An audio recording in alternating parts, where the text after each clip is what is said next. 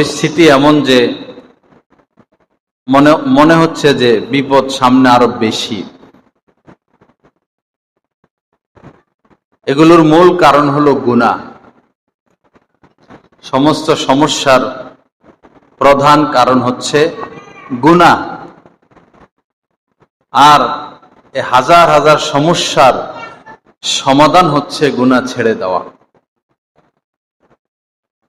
হুজুর পাক সাল্লাল্লাহু তাআলা আলাইহি সাল্লাম বলেছেন, আমি এমন একটি আয়াত জানি যে আয়াতের উপর মানুষ যদি আমল করে তো এই একটা আয়াতই সকল মানুষের সকল সমস্যার জন্য সমাধান।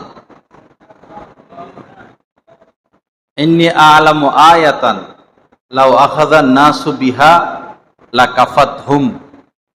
আমি এমন একটি আয়াত জানি, এই আয়াতই সমস্ত মানুষের সমস্ত সমস্যার সমাধান সম্ভব এই আয়াতের মধ্যেই, যদি এটা মানুষ আমল করে। সেটা হলো আমাইয়াত্তাকিল্লাহা ইয়াজআল লাহু মাখরাজা ওয়া ইয়ারযুকুহু মিন হাইসু লা ইয়াহতাসিব। মহান আল্লাহ বলেন যে তাকওয়া অবলম্বন করবে, গুনাহ করবে না, গুনাহ মুক্ত থাকবে, ইয়াজআল লাহু মাখরাজা, তার চলার মতো, বিপদ থেকে উদ্ধার হওয়ার মতো আল্লাহ পাক এক রাস্তা খুলে দিবেন, দিবেনই খুলে।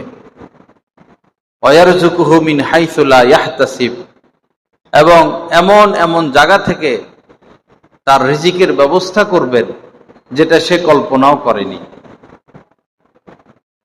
আমাদের মূল সমস্যা গুনাহ করা, আর সমাধান হচ্ছে গুনাহ ছেড়ে দেওয়া। এখন সর্বত্রই পাপ।